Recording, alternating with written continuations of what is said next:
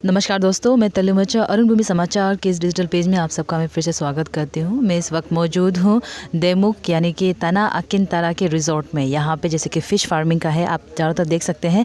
यहाँ पे मेरे यहाँ मौजूद होने का मेन रीज़न ये है कि आज भारतीय किसान संघ के ऑर्गेनाइजिंग सेक्रेटरी दिनेश कुलकर्णी जी यहाँ पे आए हैं और किसानों के साथ आज एक इंटरेक्शन का प्रोग्राम रखा है।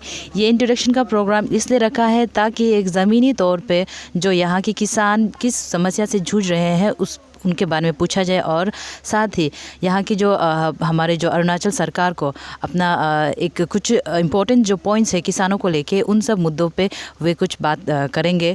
और ये इसीलिए भी खास बहुत ज़्यादा इम्पोर्टेंट है क्योंकि किसान जो है आप जानते हैं कि अरुणाचल प्रदेश का जो 80% जो यहाँ की आबादी में किसान है और जितने भी किसान हैं वो खुद से किसानी करते हैं और उसका जो प्रोडक्शन होता है वो खुद से ही मार्केट में सेल करते हैं। उसमें जो उनको बेनिफिट मिलना चाहिए जो कि केंद्र सरकार द्वारा बहुत सारे स्कीम होते हैं या फिर बहुत सारे जो आप कह सकते हैं कि बहुत सारे कार्यक्रम यहाँ पे जो भेजे जाते हैं वो सही तरीके से ज़मीनी रूप पे नहीं होता है। जैसे कि कुछ दिन पहले आपने सुना होगा कि आत्मनिर्भर भारत के साथ ही आत्मनिर्भर किसान के लिए ये स्कीम कुछ दिन पहले ही उनके द्वारा बहुत सारी चीज़ें अरुणाचल गवर्नमेंट की ओर से बहुत सारे अमाउंट जो है वो रिलीज़ किए गए थे, लेकिन उनका सही मायने में प्रयोग हुआ है या नहीं इसके बारे में ज़मीनी रूप से किसी को भी नहीं पता क्योंकि जो हमारे किसान है वो अनपढ़ है, ज़्यादा पढ़े लिखे नहीं है। तो कहीं ना कहीं ऐसा होता है कि केंद्र से आया हुआ जो फंड है जो फ़ायदा एक किसान को मिलना चाहिए वो पूरी तरह से नहीं मिल पा रहा है। तो इस संघ से हम कुछ उम्मीद कर सकते हैं कि इस संघ के माध्यम से जो किसान है जिसको सही मायने में बेनिफिट मिलना चाहिए उनको ज़रूर मिलेगा। आइए देखते हैं कि आज के इस कार्यक्रम में हम इन सारे प्रश्नों को लेके जो मुद्दा उठाए हैं उसको हम जानेंगे। आज यहाँ अरुणाचल के और ख़ास करके पापुमपुरे डिस्ट्रिक्ट के प्रोग्रेसिव किसानों के साथ में जो बातचीत हुई है, इंटरेक्शन हुआ है, तो ये बात ध्यान में आई है कि यहाँ के किसान बहुत ही अच्छे प्रकार से खेती जानते हैं, करते हैं और बहुत मेहनती किसान हैं। जिन तानाजी के खेत में बैठकर हम बात कर रहे हैं वो तो फिशरी के बारे में एक बहुत ही अच्छा उदाहरण सबके सामने इस प्रकार का खेती का उन्होंने रखा हुआ है। यहाँ सब प्रकार की खेती हो सकती है, सब प्रकार की सब्जियाँ, poultry, fishery, piggery, horticulture crops, ये सब होते हैं और यहाँ का किसान उसको कैसा करना ये भी अच्छी तरह से जानता है। उसके सामने आज 2-3 समस्याएं हैं, उन समस्याओं को लेकर हमारा राज्य सरकार के साथ में निवेदन रहेगा। सीएम और एग्रीकल्चर मिनिस्टर से ये हमारा निवेदन रहेगा कि उस दृष्टि से उनको उनकी मदद करने की आवश्यकता है। एक तो बात है कि यहाँ के किसानों को जो नए बातें आती है खेती के बारे में, उस टेक्निक के बारे में यहाँ की स्टेट गवर्नमेंट की ओर से, एग्रीकल्चर डिपार्टमेंट की ओर से जो सहायता मिलनी चाहिए वो सहायता नहीं मिलती है।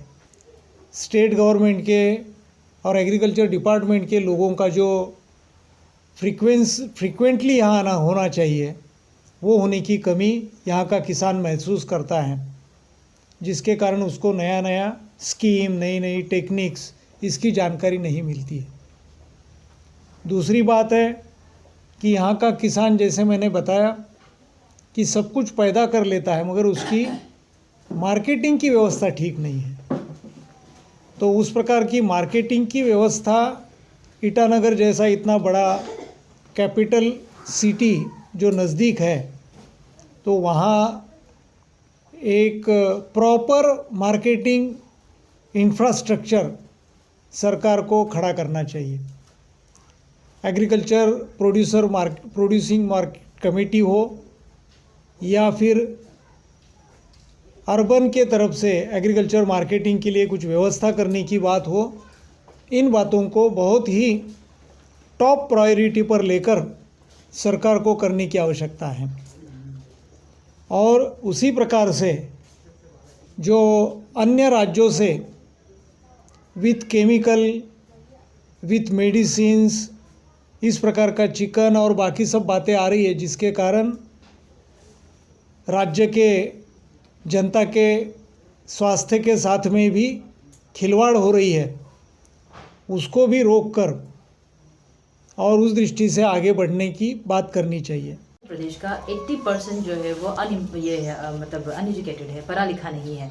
तो आप उनको कैसे नया जो स्कीम आता है जो गवर्नमेंट की तरफ से आते हैं उनको कैसे आप कन्वे करते हो वो मैसेज? और बात ये भी है कि अगर आप मैसेज कन्वे भी कर दे तो बहुत लोग ऐसे कि जो इंटीरियर जगह में वो लोग पहुंच नहीं पाते हैं, तो उनको बेनिफिट कैसे आप दिला सकेंगे सरकार से? इसमें आपकी क्या? इसी के लिए तो हम ऑर्गेनाइजेशन खड़ा कर रहे हैं। हम गांव, जैसे आज इस बस्ती में आकर हमने हमारा संगठन का जानकारी दिया है और किसानों को यूनाइट होने के लिए आह्वान किया है, इसी प्रकार से हम काम करते हैं। और अभी अरुणाचल के कम से कम 4 जिलों में, पापुम-पारे, ईस्ट सियांग, वेस्ट सियांग, आजो, यहाँ हमारा काम शुरू हो चुका है। और धीरे धीरे हम अरुणाचल के हर ज़िले में जाकर गांव तक पहुंचने का प्रयास करने वाले हैं और उसके माध्यम से हम इन सब बातों को किसानों को जागरूक करते हुए, संगठित करते हुए उन तक इस बातों की जानकारी देने का प्रयास करने वाले हैं। और एक सवाल ये है कि जैसे कि अरुणाचल प्रदेश की बात करें, जैसे कि अभी हमने हमसे सुना है कि इनका ये बताना था कि 2014 से ये एक्टिव है, जो अरुणाचल प्रदेश का जो संघ है, यहाँ की जो किसान संघ जो 2014 से ये एक्टिव रही है। तो यहाँ पे एक बहुत बड़ा मुद्दा ये भी आता है कि जो ऑफिसर्स है, जैसे कि एग्रीकल्चर डिपार्टमेंट में जो ऑफिसर्स है वो और सरकार मिलके हो सकता है कि स्कीम को वो लोग खा जाते हैं, पता नहीं चलता स्कीम आया है या नहीं। या फिर ऐसा होता है कि किसान संघ में जो है, जो कि जो उस समय संघ का जो प्रेसिडेंट होता है, वो लोग मिलके आपस में उन स्कीम्स को आपस में मिली भगत होती है या खा जाते हैं, या फिर स्कीम का पता ही नहीं चलता। अगर ऐसा कुछ स्कीम होता है तो आप उसके लिए क्या मतलब आप क्या देखते हैं कि क्या कड़े कदम उठाए जाएंगे आपके संघ की ओर से? क्या आपका संघ का ही कोई मिलके अगर उस स्कीम को खा नहीं, ये हाइपोथेटिकल प्रश्न है। क्योंकि सर नहीं, ये हाइपोथेटिकल प्रश्न है, ये किसान संघ को लागू ही नहीं होता है। अगर ऐसा हुआ तो आप नहीं, क्या नहीं, वही कह रहा हूँ ना कि हाइपोथेटिकल है, ऐसी कल्पना करने से कोई फायदा नहीं है।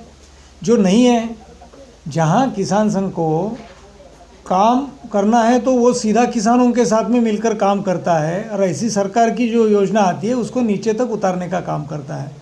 ऐसा होगा तो क्या होगा करने से, कल्पना करने से कोई फायदा नहीं है। नहीं सर, क्योंकि अरुणाचल ऐसा हो, में किसान संघ के संबंध में ऐसा हो ही नहीं सकता। हमने खुद हमारे जो ये प्रेसिडेंट सर, आप इनके मुंह से हमने सुना है कि पहले से चला आ रहा है, लेकिन ये जो संघ से जो लोग जुड़े हैं वो ज्यादातर या तो सरकार ये बीजेपी में चले जाते हैं, किसी न किसी पार्टी में चले पार्टी में जाना ये बात अलग है। एक बंदा नहीं है जो कि ढंग से इस काम को किया है।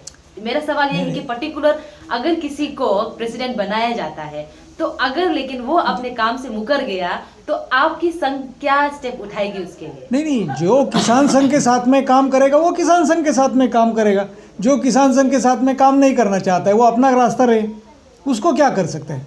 स्टेट के लिए, क्योंकि स्टेट में ऐसा है कि 80% जो फार्मर है यहाँ में, तो फार्मर्स को है कि इन्फॉर्मेशन ही नहीं होती कि ये प्रोजेक्ट आया है, ये स्कीम आया, कुछ मालूम ही नहीं होता है। तो आप एज अ अनपढ़ जो है ना, जो फार्मर है, जो किसान है, तो स्टेट गवर्नमेंट से आप कैसे उसको मैसेज कन्वे कराएगा? आप कैसे वो स्कीम को लेके उन लोगों को बेनिफिट कराएगा? उसके लिए मैं आप लोगों से अनुरोध करूँगा, ये किसान का प्रदेश का जनरल सेक्रेटरी हम अध्यक्ष हैं और ये भाई उपाध्यक्ष हैं, हम लोग काम नहीं करेंगे।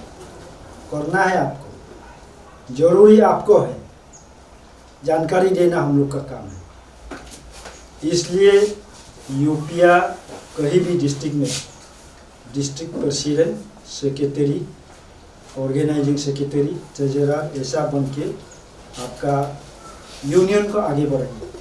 हमारा नाम रेमिंग जो है, ये संगठन मराठा किसान संघ स्टेट यूनिट में हम वाइस प्रेसिडेंट हूँ। आज ये प्रोग्रेसिव फार्मर का साथ संगम होते हुए हम लोग का ऑल इंडिया का जो ऑर्गेनाइजेशन सेक्रेटरी है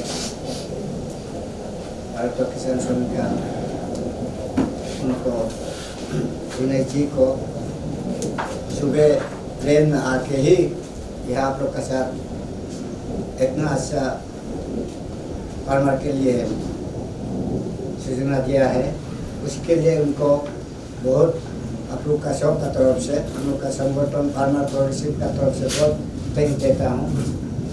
और हमारा जो स्टेट का यह संगठन का प्रेसिडेंट है, बहुत ब्रिलियंट है, बहुत नॉलेजमैन है।